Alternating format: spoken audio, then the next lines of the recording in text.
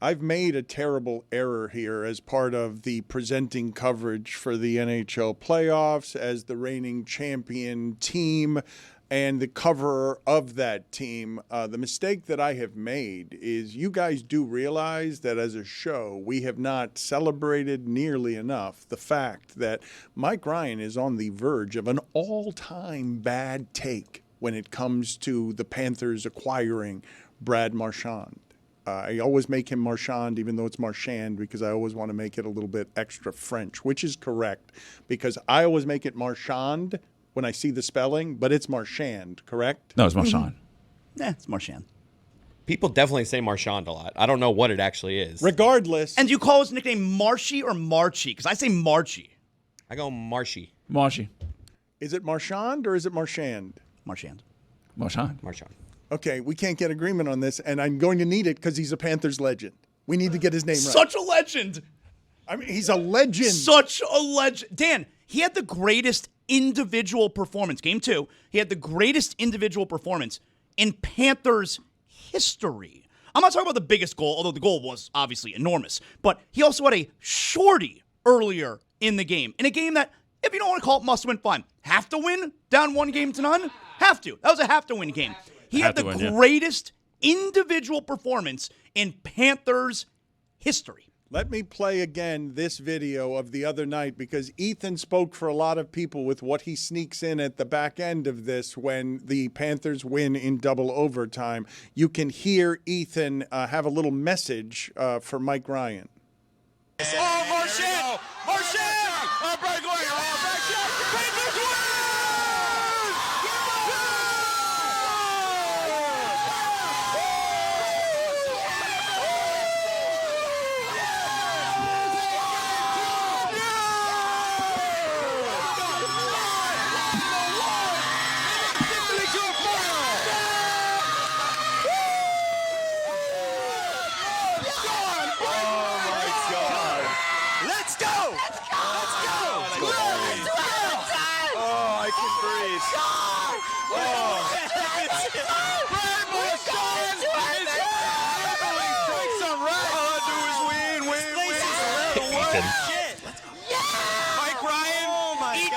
Mike Ryan, oh, 26 Eastern. You got to sing "All I Do Is Win" there. Ethan, spot on. No, you can't do that. You can't do that if you look like Ethan. You cannot say that if you are Ethan. You cannot sing that and then tell Mike Ryan to eat when Mike Ryan hired you. I did all of that too. He said in that, I can breathe again. I said that. I sang "All I Do Is Win," and I told Mike Ryan to eat. I was at a different location saying the exact same things as Ethan. That should be a thing that when your favorite team wins, you tell people who hired you to eat. Put it on the poll at LeBatard Show. When your favorite team wins, should you tell the people that hired you to eat? We've got, before Zaslow gets out of here, because he's got a meteoric rise on ESPN Radio to take care of, top 5 dogs from Game 3. I know we've all been waiting for it. You could have gotten that exclusively on Zaslow 2.0, but he gives it to us. He's bringing us good stuff as an employee here throughout the hockey season of Meadowlark Media. Are you ready for top 5 dogs from Game 3? Domonique, are you ready? I don't feel like you're ready for this. I'm ready now. All right. Number 5 or OLI? No, we're just going right into it. Straight, number 5. Okay, no foreplay, nothing. Nope, just right into number it. Number 5. Top 5 dogs, also cats from last night. Okay, dogs and cats. Number 4, because they're cats, Dominique. They're not dogs, but they're cats. They're Panthers. Top 5 dogs. All right. Number 5. Keep up. Aaron Ekblad. Yes. Did you see when he put Connor McDavid on his ass? Oh, he was like, he couldn't. That's right. Oh, he looked like he never knew how to skate. All right. That's right. What he looked like. That little piece right there. Yes. That's classic. That's vintage Zazzle right there. That's right. Words, man. Number 4, Nico Mikola. He was your boy. You see at the end of the game, or close to the end of the game there, Corey Perry's looking for somebody to fight. Nico Mikola turned, laughed, and pointed at him. Great. Anytime you point and laugh at somebody, laughing at somebody is super disrespectful, but pointing and laughing, that's what makes him my dog. He's number 4. Number 3, Jonah Gadjevich. Wow, only number 3. That's wow. right. It's a great list today. Jonah Gadjevich. Look, Oilers didn't get the memo. They get these hands for free. 2 for 1 all day.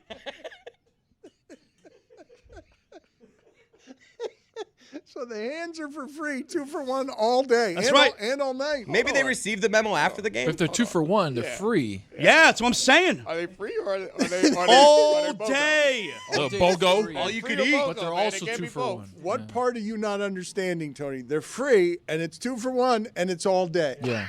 No, I got it now. Number 2, Brad Marchand. Mike Ryan. Florida Panther legend Brad Marchand gets the scoring started less than a minute in. They were still showing the starting lineup graphics on the television screen when Marchand scored that goal to put the Cats up 1-0. Brad Marchand, that's my dog Wait a right minute. there. So hold on. So we're not even at number 1 yet, but we're 2 games away from all-time bad take from Mike Ryan. Are you guys in agreement that I have not pointed this out enough or celebrated enough that he's been really wrong for 3 rounds and 2 games? Well, he has backpedaled on he's playing well. He has acknowledged that Marchand is playing well. At the beginning of the playoffs, he was saying he's not even he's good. a bad player. Right, that He said he wanted him to be a healthy scratch. Now he's just leaning on I won't root for him, but he has played well. He's backtracked. He has no choice. I mean, Marchand has been the best player by far for us. Well, he hasn't been the best player because that's reserved to number 1, Tell me. which, of course, is my dog, Sam Bennett. How does Bob not even make this list? Well, we're just talking about last night, all right? 14 goals in the postseason, 12 on the road, but he mixed in 1 at home last night, of course, and it capped off probably the greatest shift in Florida Panthers history, where he lays a hit on not just one guy, but another guy. He did get the memo, actually, that they can get those hands for free, 2 for 1 specials all day, and then at the end of that same shift, a breakaway where E2 Loiserine said, here, you take it. You don't need me. You do it on your own. And, of course, he beats Skinner, top shelf, where Mrs. Moeller keeps the peanut butter, and Sam Bennett, number 1 dog from last night. Verhaeghe doesn't even make the list. Thank you. Where was Seth Jones on this list? It's not top 6, Domonique. Top 5. If it's free, can I get 3 for 1 all day? They don't have 3 arms. It comes in increments of 2. No 4, one on that 1. ice had 3 arms. No one did. Why are you not understanding? 2 hands, it's 2 for 1. There's like 8 people fighting All at one day. point. Okay, all day. For free. All night as well. 2 for 1. Zazzo's got to go. He's got big. He's a big rising star at ESPN Radio. You just saw why, because he's got dogs that are cats, and he's got a top 5, and Bob's not even on it. See you later, Pink Man Group. That's a good one. That is a good one. Pink Man Group is good. You like that one? Them performing in Vegas with yeah. Zazlo. Just like, Somebody sent the other day that Rick Carlisle looks like a down on his luck retired Yes. Blue Man Group member. That Rick Carlisle has given off a lot of that. Like, tells the young Blue Manners what's what from their past. A lot of Vegas in his past. Yeah. Just a lot of long nights. Dirty early Vegas there when the Blue Man Group was coming up with all the toilet paper in the audience shtick. Rick Carlisle wrote it to great fame. I wanted to ask you guys about Jason Kidd to the Knicks. So New York has its best team in 25 years, a team with expectations. Tom Thibodeau is inarguably the best coach they've had since Pat Riley in terms of results. They keep getting 50-win seasons. They're better than they've been in 25 years. He gets fired, and the idea is bring in somebody who's not that.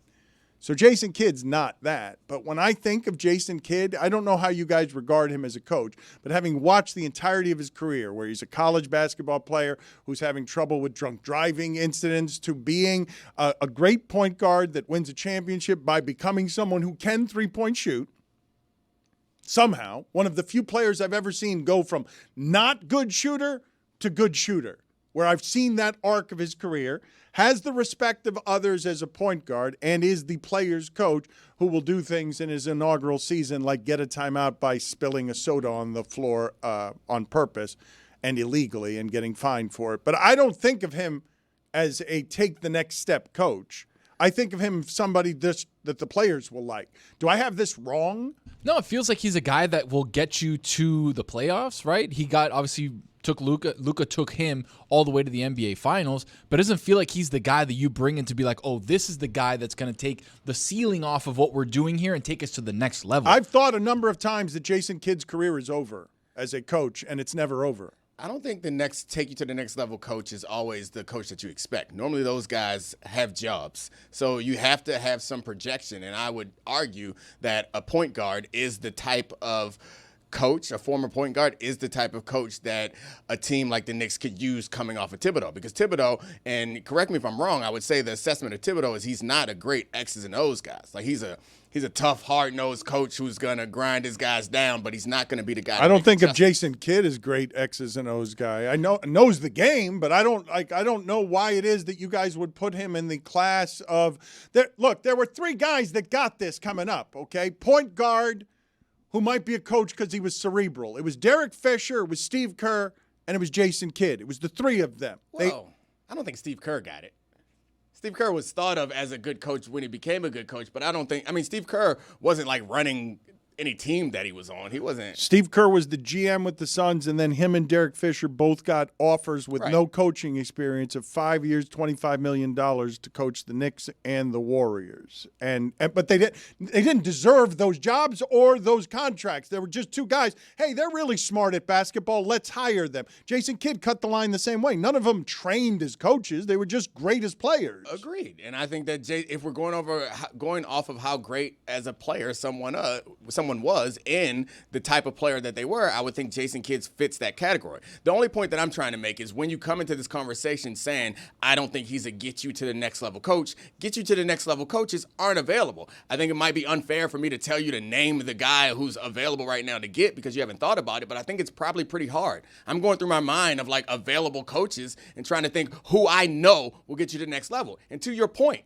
there was nothing about, you said that Steve Kerr skipped the line. He obviously was a get you to the next level coach. At that time, no one thought he was. That's the thing. Mark Jackson, you felt was the guy, the motivator. He's the preacher, the pastor that's going to get all these guys ready to go. It felt odd to move on get from this him guy who's a GM who was like on the broadcast, and it's like, okay, sure, like he was around Popovich, he was around Phil Jackson, but is that going to actually seep in and osmosis turn you into a good coach? And then all of a sudden, they're dynastic and great for 10 years. You guys aren't of the belief that there is a coach that exists, a person, anybody you choose, that is making the Knicks championship worthy based on those same players that they have. Because I feel like that team got its ceiling.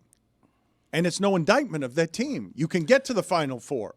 You might even get to the Final Two, but not good enough to win the championship. Not unless somebody gets hurt. Not unless they just happen to be playing games and then Shai Gilgeous-Alexander gets hurt. But you tell me there's a human being that you guys think exists that he will do something with X's and O's, or she will do something, either gender, anybody on earth that will make the Knicks appreciably better with that same personnel? Stan Van Gundy. Can't disagree with that. Man, those are two big failures on Stan's resume, the last two, Detroit and New Orleans, neither of which has recovered from what happened there. Pistons got a little bit, Pistons are on their way. Quietly. Okay, the Pistons did recover, but Quietly. Well, this is the thing about this that is really stupid. The Pistons are just a great example. I will remind you that it wasn't but a couple of seasons ago that the highest paid coach in the NBA was Pistons coach Monty Williams, who got fired, and then the team got good. And so when we do this stuff with leadership, like, it is pretty dumb to think I think it's pretty dumb to think that I'm going to get someone who's appreciably better than Tom Thibodeau. I don't think that's pretty dumb. I do think that, to your first point, because of their defensive deficiencies, I think it's probably unlikely that they are going to win a championship, barring any sort of like wild happenstance or stroke of luck. But I do think that the small changes can make a team appreciably better.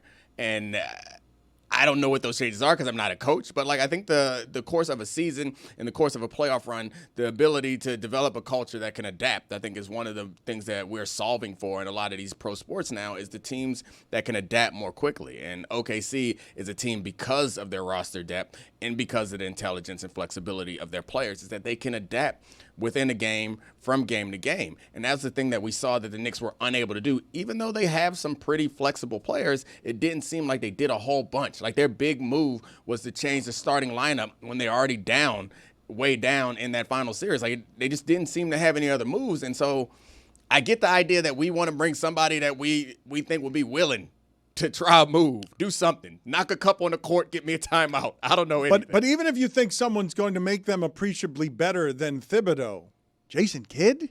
That's the thing. Jason Kidd's been like, he's always been attached to somebody great, right? Milwaukee, he had Giannis. In Dallas, he had Luka. He was an assistant coach who was there with LeBron. Like, you start seeing all these trends, and like, is Jalen Brunson that guy who can carry a team? He's done it. He's taken him to the Eastern Conference Finals. But is Jason Kidd the X's and O's guy? No. Is he the motivator? Sure, okay, but so was Thibodeau. And like, now where are we? Why are we separating those things though? Like, if one can only be an X's and O's guy and one of them, that's all I got. I got no motivation in me. I can either be Tony Robbins or I can be X's and O's guy, or I can be Pete Carroll. It's relatability, right? That's what you're looking for when you're going for a Thibs type to a former player. It's like maybe you're looking for someone who relates to the players more. Yeah.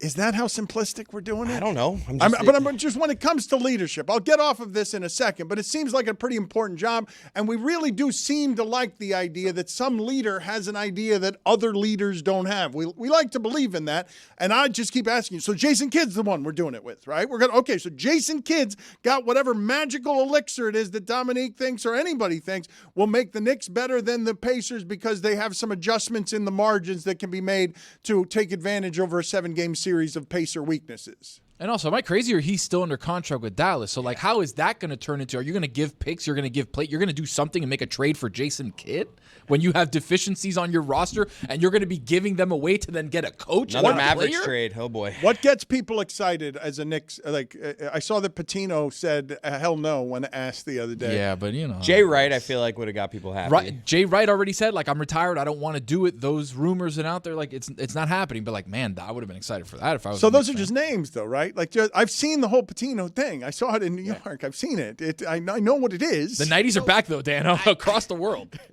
I get that they're just names, and I get your point. I don't disagree with you, Dan, but that's all we got. Like, normally in an interview, there'll be a series of interviews which includes the coach then giving their vision to the ownership and the decision makers. No one's going to give us a press conference where they give us our vision. We're just going based on what we know of guys. You got a big name. We know you've had success on other, like, that's what we're basing it on. It just seems kind of silly, though. I got an X's and O's guy or I got a motivator. That's how I'm analyzing leadership. What if the Knicks do to the Heat what the Heat did to the Knicks? A bunch of we stole Riley. Little Spo They steal Spo. I mean, Dan, if you're Spo, Spo, do you say no? No reason to stay down here. I don't know why it is that we do this. Forgive me for ever bringing it up because I did get ensnared in recycled Jason Kidd talk. So Spo would look good in New York. I wish instead to detour into what it is that it felt like Domonique was trying to and successfully convincing the group of before the show. Correct me if I have the argument wrong, but you said that marriages. Be careful with my boy. Happily married. Look at that wedding ring. You see any panky rings on my boy? Remember what Juju said yesterday in the post? We don't want to make more work for him after the show. No. You're not gonna make any work for me. That's the thing is I'm not concerned. This is a funny little detour. So I had to tell my son that I'm not concerned. So they were flying down on a different flight from me, my wife and my 3 kids. And so my son texted me, "Hey, Dad." I was like, "What's up?" He said, "I think you got some competition." It's like, "What are you talking about?" He said, "Mom's laughing a little hard at the Uber driver's jokes."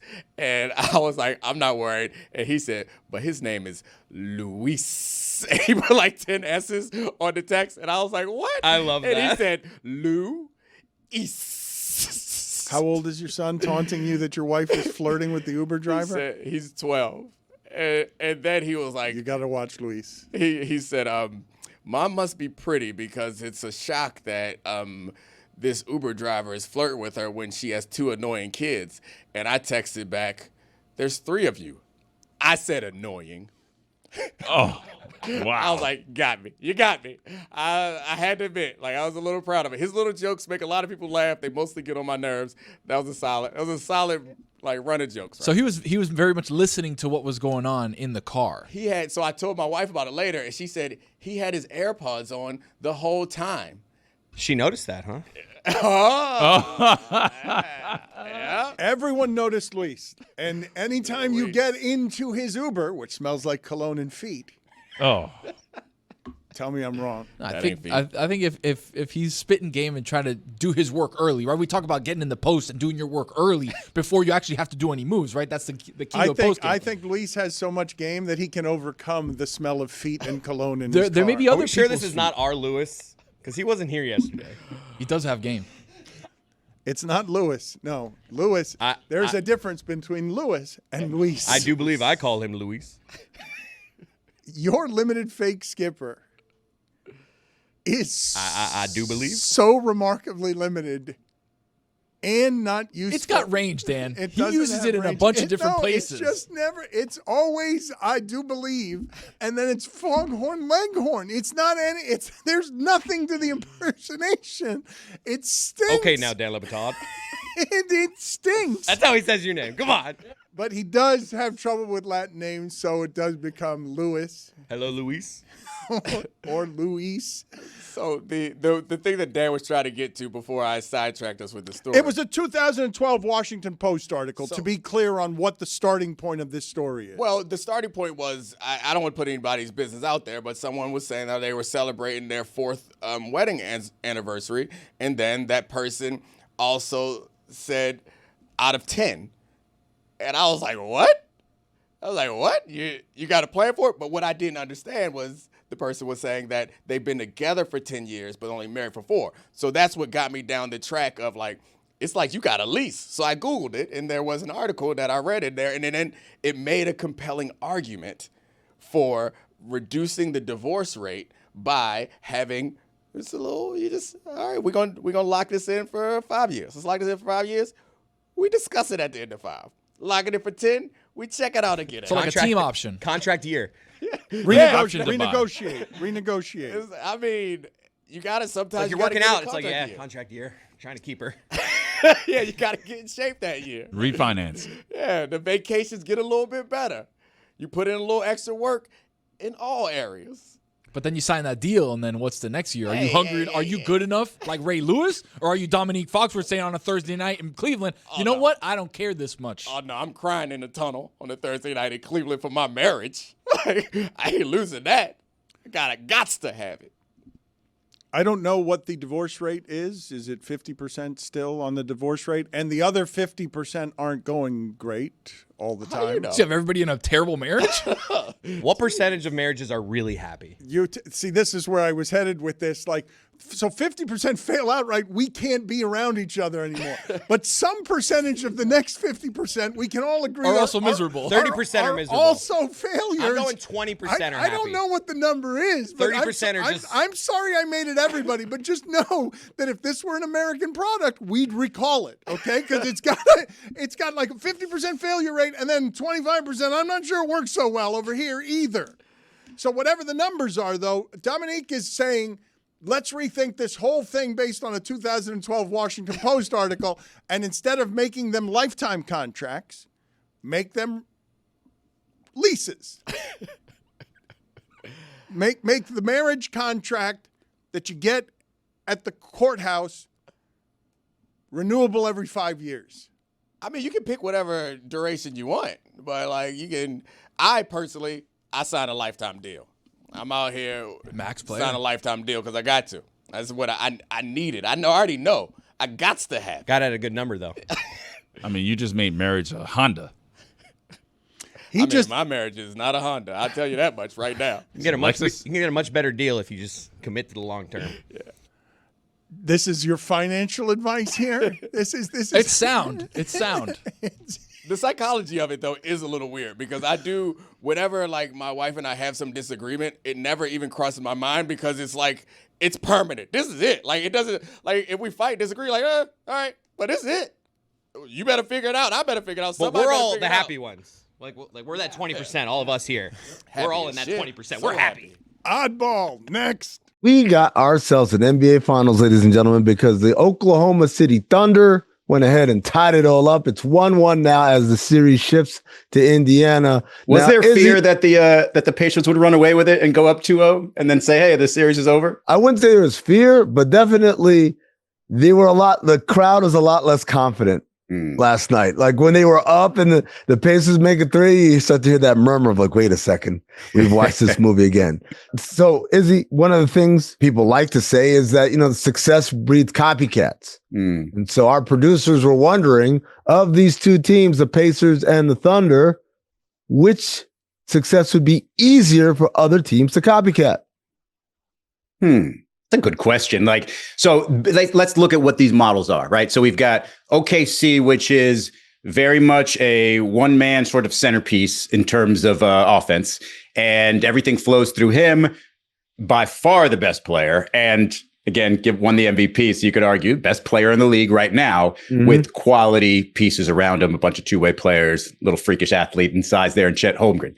The other side being the Indiana Pacers, more of a style team, right? They run, they play they play like Tyrese Halliburton, right? But it's also the coaching that helps you get there. It's also the personnel, 3-point shooters, a couple of two-way players. To me, I think the Oklahoma City one's harder to replicate because I think I'm talking about the quality of the player at the top. So you need to have MVP level guy. You need to have Kobe. You need to have SGA. You need to have, Kevin Durant, Steph Curry, that type of player at the top. And then with proper coaching, with proper people around you, build that team that can operate around that one guy. That takes a lot, right? That takes chemistry. That takes right decisions on the players. The other one is very much a style situation. It is running. It is, again, not easy because Tyrese Halliburton's skill set is not similar to every other point guard out there. But I would say that's easier to replicate because you can create the style and create the pieces around him without needing that one person that's best in the league overall. Like, I know it's difficult to find a quality point guard of Halliburton's caliber, but find the best player in the league. Let me tell you, while I hear you about SGA, the best player in the league is definitely not easy to find, right? Those guys are rare. But I think Tyrese Halliburton might be even rarer because we're talking about a pure point guard in today's NBA who is of a star caliber, not a backup, not a guy who just comes out there and facilitates, like star caliber. It's almost impossible to find because right now in our development system, if you are a smart player with handles and can shoot, guess what they're making you do? They're making you become a scorer. They're making you become SGA, who, by the way, is the starting point guard for the Oklahoma City Thunder. We don't think about that because he does lead them in scoring. And so for me, I think it's way harder. I know you're talking about the Pacers style. The Pacers style emanates from Tyrese Halliburton. The coaching that Rick Carlisle does, he's able to do it because he has Tyrese Halliburton. If he had a different point guard, I guarantee we wouldn't see Rick be as laissez-faire with the situation. And so to me, it's so rare to find a guy like Halliburton who's legitimately elite and desirous of playmaking. But if he needs to score, if he needs to shoot, he's really good at that too. In many ways, like there's always an SGA in the league. Yeah, right? I guess that's where I could lean your way is that I could replicate the style of play that Indiana does with the right pieces, but not at this level, right? Not at this caliber to get me to the finals. There's been a lot of good run and gun teams that are fun to watch, but yeah, you're saying to get that to this level, you need Tyrese Halliburton, and that's harder to find because there's more SGA. I'll give you that. I will say that the formula seems like it's been done before more with the way that the Thunder have done it. I just find it hard to replicate because you, again, still have to have the best player in the league. They're both really hard to replicate. Like, let's make it clear. Like, oh, yeah, why don't we just do that? Well, there's reasons why. Because you don't have SGA and you don't have Tyrese Halliburton. I guess my thing is the basketball factory that is youth basketball, college basketball, and even early NBA basketball puts guys like that in that mold. Oh, you're good? You're gonna be like SGA. We're gonna feed you like SGA. I'm not saying you're gonna be as good as, but that's the model in which we start to craft your game from a very young age. And like I used to say this about Steve Nash years and years ago. When you think about the great passers, right? Even if you go to NBA history, like the great pass first guys that made plays for others, most of them weren't good shooters to start with, right? It's almost an evolution thing, right? Why are you such a good passer? Because I didn't like shooting because I wasn't good at it. So I do all of this, right? Like Magic Johnson wasn't a great shooter, right? But love doing all this. But when they back off of you, you've got no choice but to learn how to shoot. Sure, exactly. Jason Kidd is another one, right? Like they might get to the place because they're great players and they develop into that. But the essence of like a 10-year-old Magic Johnson, a 12-year-old Jason Kidd was, yeah, I'm doing this because I can't do this. Steve was always a great shooter who chose to pass, which is weird because like if you're such a great shooter, why don't you just keep shooting? As a 50, 40, 90 guy, why are you averaging only 16 to 18 points? But the other part of it is, it's like, oh, I need to shoot. Okay, I'll do it. And like when the necessity comes, and then how do you guard that guy, right? Yeah. And I think that's Halliburton closer. And guys like that, like I said, few and far between. Most of the guys, if you're a good shooter, you're going to be encouraged to shoot the ball a ton of times. I will say that like Tyrese Halliburton is an easier guy, not necessarily to replicate, but to wrap your mind around, oh, okay, that's a team that you could say was led by a similar leader. You just mentioned the Phoenix Suns there.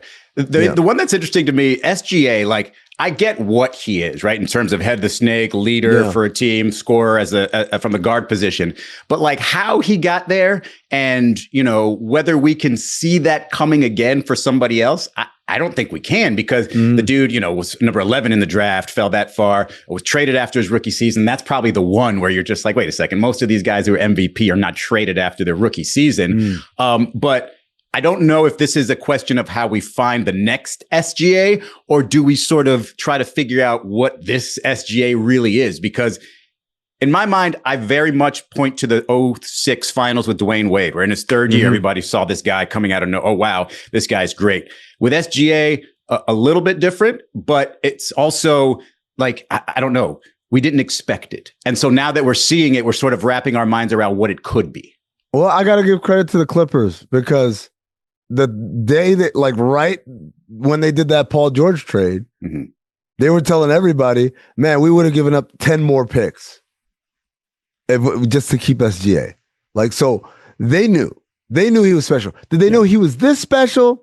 Maybe not, but they knew for sure he was someone, like they had no qualms. They gave up a boatload of draft picks that the Thunder are still feasting off of. And they literally lost no sleep over that. But they lost sleep over losing SGA. Wasn't it Patrick Beverley who says that he told him when he was in the Clippers practice, like, you can be Kobe good, like you're that level of good, and maybe that's where the Clippers are just like, hey, maybe he's right. That story is according to whom? According to Patrick Beverley. I think SGA has confirmed it though. Yeah. That's like when LeBron said, I turned on the TV and I saw Kobe warming up and I said, oh, he's about to have like 80 today. Yeah. Well, I mean, again, if SGA confirms it, I believe him, but he's a nice guy. He's a nice Canadian boy. It's the polite thing to do, right? Speaking of the polite thing to do is to acknowledge that he scored more points in the first two games of the finals debut than the one and only Allen Iverson, who had 48 in his debut. So one would think he had a huge early lead on that. And so we got to ask this, Izzy, who would you take, SGA, or let's start with 01 Iverson? I think they call this like an elevator series, right? So if you open up the elevator and it's like, oh, Dwayne Wade's there. Do I go with him or do I take the guy I'm standing with, SGA, right? Yeah, let's start with Iverson. Because that's the guy he just passed. All right, definitely taking SGA. I think what, obviously size factors in. He's a better defender, probably a more efficient scorer. And yeah, I think it's just a new evolution of today's game. No knock on Iverson. I'd just take SGA. Counterpoint. SGA didn't step over someone's carcass. So. Yes. If All you right. want the all-time highlight, yeah, you got Iverson. All right. So everyone, just so you know, I know where Izzy's weak points are. It's like jujitsu. SGA or 06 Dwayne Wade? Ooh, man. Look, I'll be 100% honest. In terms of knowing how you're going to get it, where you're going to get it, start the possession, I know this dude's good. It's SGA over Dwayne Wade. Like, it is, right? Wow. Look, Dwayne led the league in scoring one time, but it wasn't really what he wanted or needed to do. Like, SGA, it's just part of what he does. Like, he's going to give you 35, and there's really nothing you can do about it. And in today's game, like, I think it's just, now, Dwayne will give you other stuff. He'll block more shots. He'll probably get more steals defensively, maybe a couple of pick sixes that SGA didn't. But in terms of, like, affecting winning, I think they're both right there. So maybe it's prisoner of the moment, but I'm taking Kerr and SGA. Okay, man. I didn't have Izzy in my think I bingo was card flexible going like that, No, absolutely not. All right, let's take it up a notch. What about 2000 Kobe? Ooh, Froby. So that's Kobe against the Pacers in the finals. Kobe to Shaq, alley-oop against the Blazers. This is going to sound crazy. Going to sound crazy. Come on. What the hell does SGA look like with Shaq? Woo! Look, I'll tell you why. I'm going to tell you why. I think Kobe was a more talented player. He was certainly a more explosive athlete, right, at that moment. But the maturity, I think SGA got a lot more maturity here, man. Now, obviously, he's also older. like, look, here's the main thing. I don't know what his numbers would be, but I know if SGA was playing with Shaq, Shaq wouldn't be mother effing that dude like the way he did Kobe. Right. So I'm going to stay with Shaq. I'm going to stay with SGA over Froby. Let's go. One more. How about Michael Jordan, 1991? For his first finals trip. This is where I might be stepping off the elevator. I think you've got Depoy level MJ and, 1-2 dribble pull up and just, I think I have to get off the elevator here. A spectacular move. A spectacular move by Michael Jordan. Yes. All right. Well, last one. Steph Curry, 2015. I mean, I'm already off the elevator, but I'll jump out the window for Steph Curry. I think I'm going to take him and that whole universe he creates just with his skill set. This is what I'll tell people, like, especially people who are like, oh, he didn't play well in 2015. He put Delhi in the hospital. For real. Like, he is everything. He hospitalized the man. Yeah. So all right. So there it is. I'm shocked that you, me, and Michael Jordan are now on a 3-way date? We're just in an elevator. What are you talking about? All right. Just hanging out in an elevator. Folks out there in the audience, temperature's starting to turn up a little bit. That means a lot of you and your families and your friends are going outside, having a perfect grill day, maybe out by the pool. Now, imagine yourself, grill side.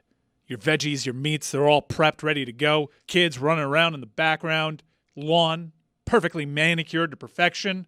It all sounds pretty great. This sounds like a good time. Now you make that good time a Miller time because it is all made better with a white can in your hand of that beautiful Miller Lite. Celebrating its 50th anniversary, Miller Lite. Almost 20 years have they been partnered with our show, making your good times Miller times every time out.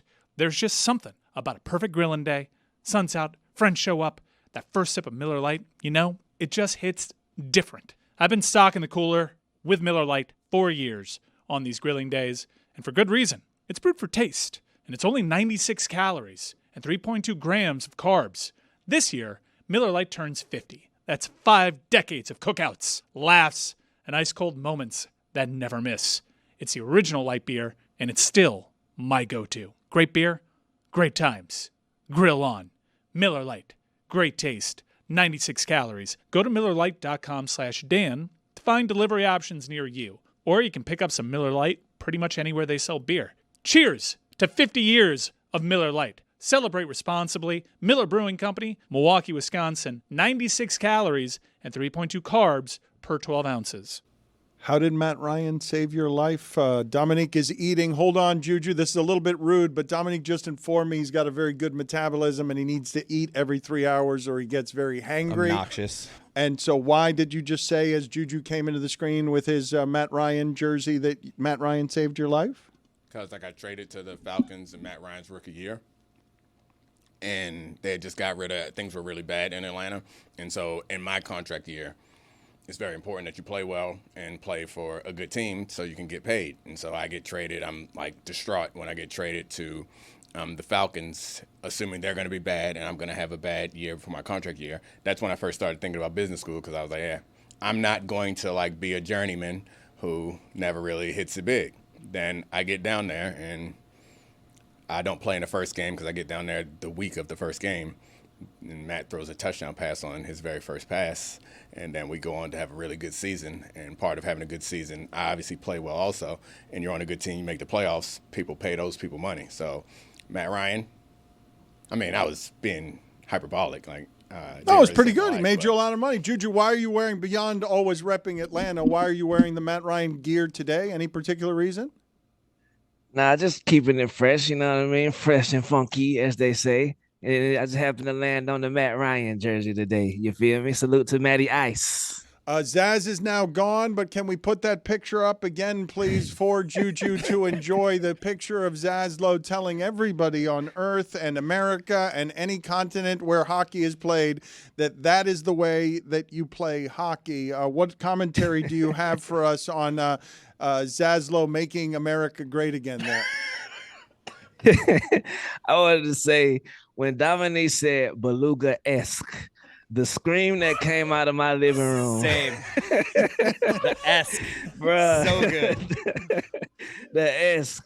Also, Timbo Slice from YouTube says, light bulb head ass. Yeah, it does look like a light bulb. Damn. It Dude does. look like he's a good idea. It's not just that it looks like a light bulb, also the color of certain light bulbs as well, I would say, a bit translucent. His pointer finger, the same exact shape as his head. That is indeed how it is that you play hockey. What else do you have in the way of commentary on today's meanderings, Juju? Also, I want to point out that the Tony betting streak still lives on. You're welcome. He told you yesterday, when he bets against a team, them boys capitalize. And my boy took one for the team yet again yesterday. Parlayed that with a little Leon Draisaitl goal. Guess who didn't score, buddy? LD. Whoa. That was against the spread, though. Yeah, well, what he's saying, what Juju is saying is that if just pick against Tony, that Tony gets it totally wrong, so just don't take It's what sacrificial, Dan. That's what you're missing. That's the he took connection point. It's Edmonton with a sacrificial. goal and a half, and obviously they could have gotten many goals and a half and still wouldn't not have mattered. covered. Yes, that's right. Also, we didn't discuss the greatest catch possibly in MLB history yesterday from Denzel Clark from the A's. Oh, my goodness. When I saw that, I was like, okay, I had to pause the hockey game and mosey on over there to the A's game of all games. I was like, yeah, bro, salute to Denzel Clark. One can only mosey over to an A's game. It's the only way you can go to an A's game. That's the only way to get over there. That's some 10:05 Eastern television. That's something you have on, Dan. No, that's they got the Nobody Angels darts last over to night. an A's No, game. You're never darting over to an A's game. But I am often betting against the A's. I have been for 2 seasons, so I'm aware that they didn't play very well against the Angels. But I have not seen the highlights. Seen the catch? I have not seen the catch yet. Please describe it for me, because that's not a highlight I've seen yet today. Athleticism. It's Right. He climbs up the wall and just like reaches like across his whole body. Very impressive. All right, think of Wesley Snipes in the Charlie Sheen movie. I forgot Major the name League. of it. Major League. Well, there was it Wesley Snipes? No, wait a minute. In a second Major League movie, the character that I believe the Omar Asian Epps. character, no, the Asian character, not Omar Epps, ended up catching a ball while standing on the left field fence. Yes, I remember that. It wasn't climbing over the fence. It was just standing on the left field wall. Let's all stare at Dan while he watches this. I just showed him the video because Holy he had shit. he had to see it. Appropriate response, He Dan. spun on the top of the wall. Incredible. I assume we Right. can't show it No, we for can't. whatever reason, so we're watching it on our phone, and it's damn impressive. That is crazy How you athleticism. Waste that athleticism in baseball. Man. There can't be very much. That's got to feel. Guaranteed contract there. That has to feel better than hitting a home run, right? Robbing a home run where you're climbing and the upper half of your body is all the way over the fence has to feel. And you're the only one who knows that you have the ball. You're the only one in the Right. park who knows. Yeah, work on Right. that back pedal, Denzel. Right. Speaking of backpedaling, working on your backpedaling, DeMarcus Cousins yesterday had the crowd. I don't know if that's Puerto Rico. He had them boys backpedaling. He almost had what is the Palace with the Pacers, whatever Malice it at was the called. Palace. Malice at the Palace was almost again part 2. DeMarcus Cousins against the entire crowd yesterday. Luckily, that brother got out of there safe. And the fans. I don't think that I think Juju, I would take that the other way. An army of people are coming after DeMarcus Cousins. I got DeMarcus Cousins. I'm going to worry about the fans there more than I'm going to worry about DeMarcus Cousins. I don't think anybody wants those particular problems. It was in the Puerto Rican League. He plays for the Mets at Guaynabo. Okay, how bad is that video, though?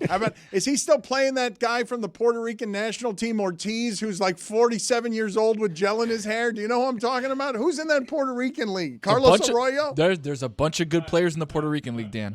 What happened? Hassan Whiteside's out there. What DeMarcus Cousins, we're in agreement that that people should be afraid if they're trying to fight DeMarcus Cousins. That will not go well for people.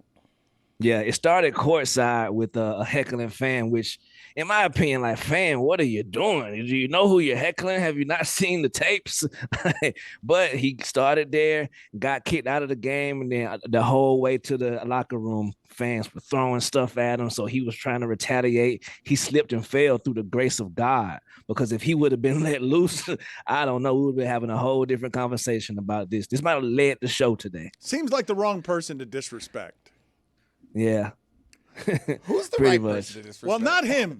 Not him. I don't know who you would select. Not Eddie Royal. No. I select David Sampson. That's the right person to disrespect, because we forgot too. Remember about a month ago, Carlos Alcaraz was like, I chose happiness over massive success because happiness is success. And David Sampson came over, what a loser behavior.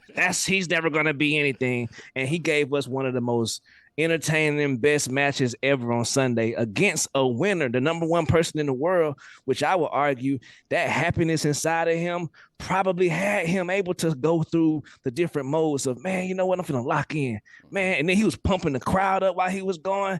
I feel like that happiness is very important. So yeah, David Sampson, another one. Does it make you a little sad that the Mets are 9-18 and Boogie's there on that team, 9-18? Yeah. In the Puerto Rican League? Yeah. The Mets. I pictured Mets. him playing baseball now. That was a funny visual. Excellent work Sampson by you, Chris. He's like on the mound with a baseball hat. He is the Khaled of bad takes, though. That one is a good one to remind people of, because that was something we were talking about a couple of months ago.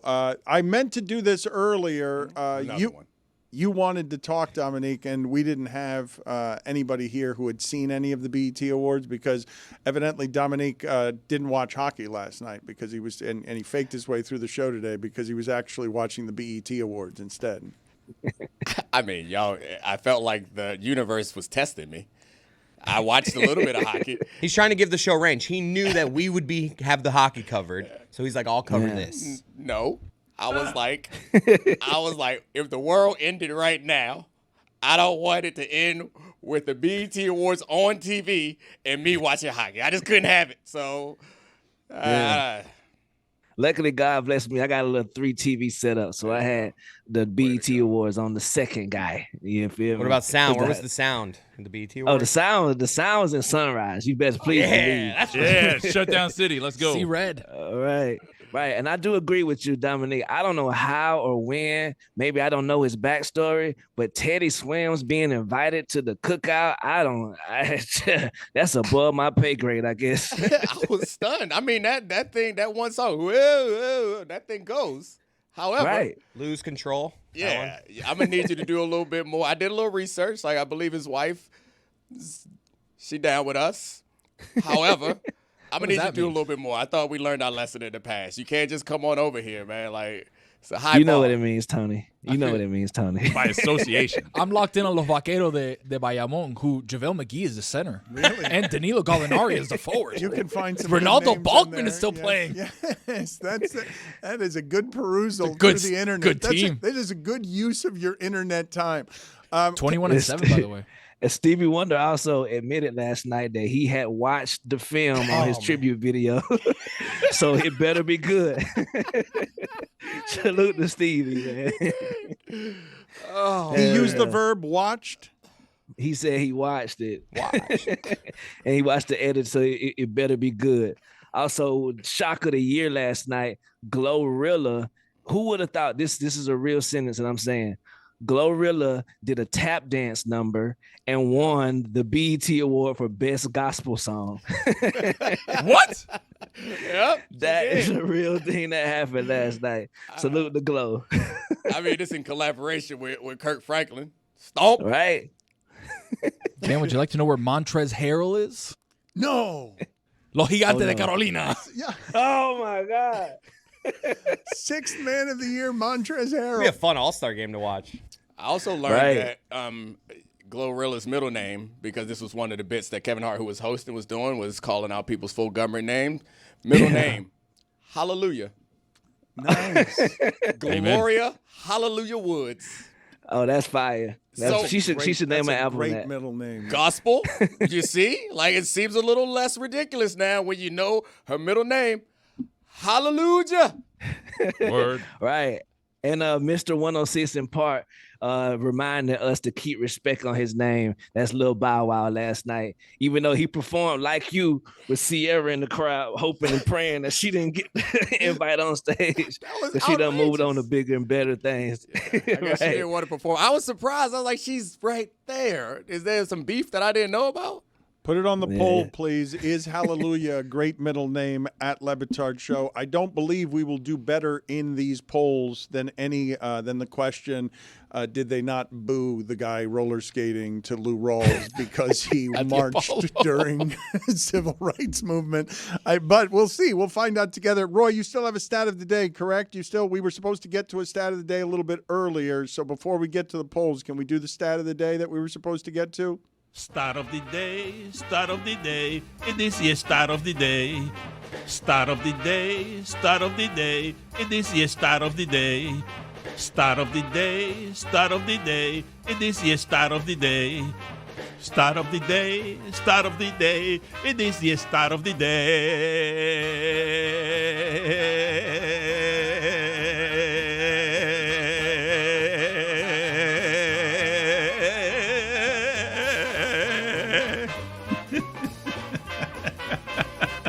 Stat of the day is presented by Miller Lite. At 37 years old, Brad Marchand is the oldest player to score in the first 3 games of the Stanley Cup Final. He is also the first player in NHL history to score in a Stanley Cup Final overtime and also score the first goal of the very next game. Eat shit, Mike. It's going to be an all-time bad take. It's going to be he's going to win like final MVP.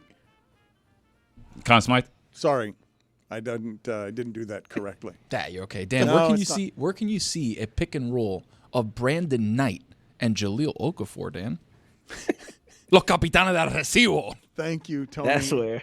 Roy, we got like a 3-man race right now for Conn Smythe, right? It'd be Bob, Marchand, and Bennett, right? Yeah. Well, maybe not Bob because the first 2 games of the He's been series. great. Yeah. He had 86 saves the first 2 games, I think, Yeah, combined. but they allowed 9 goals. Yeah, maybe a distant third on that one, but yeah, he's up there. How many bad goals, though? The polls, please, Juju. What do we have today? What's worse, a fractured throat or a fractured testicle? 68% of the audience says a fractured testicle. Damn. Ouch. Did you know that you could fracture your throat? 76% of the audience says, no, they did not know that. Neither did I. Is gazpacho a soup? It's big. 67% of the audience says, yes, it is. Wow. It's got to Right. be warm. It's not. It can't be cold. It can't be a soup and cold. Refreshing. Right. I think we got the audience right here in this window. The next poll, does a soup have to be warm? 59% of the audience says, yes, it does. What are we doing, audience? Inconsistent people on the internet. I never thought Plain that bowl would shot. be. Better soup, lobster bisque or clam chowder? Chowder. 57% of the audience says Lobster bisque. Talk about chowder. What's the matter with you? Lobster bisque is just like, give me some crab. I mean, give me some lobster in there. It's all just like, a broth. Speaking of crustaceans, where can you see a front line of Kenneth Fareed, Jared Sullinger, and Hassan Whiteside? Lo Cangrejero. Kenneth Fareed, the man of Lo Cangrejero de Santurce, Dan. Should gazpacho be kicked out of the soup family? 65% of the audience says yes, it should. These are inconsistent polls. They're all contradictory. Right. They said it is a soup, but it should be kicked out. Okay. So They don't no, like that's that not soup. contradictory. That the contradictory one is You that nailed they said it. soup should be hot. I got it. Bullshit. Got there. I got a little Can't stumble on contradictory, but I got there. can't sit here, gazpacho. Yeah. In New York, do you have to shove? 89% of the audience says yes, you do. Did the guy on roller skates not get booed because he was a part of the civil rights movement? Guy on roller skates listed to Lou Rawls.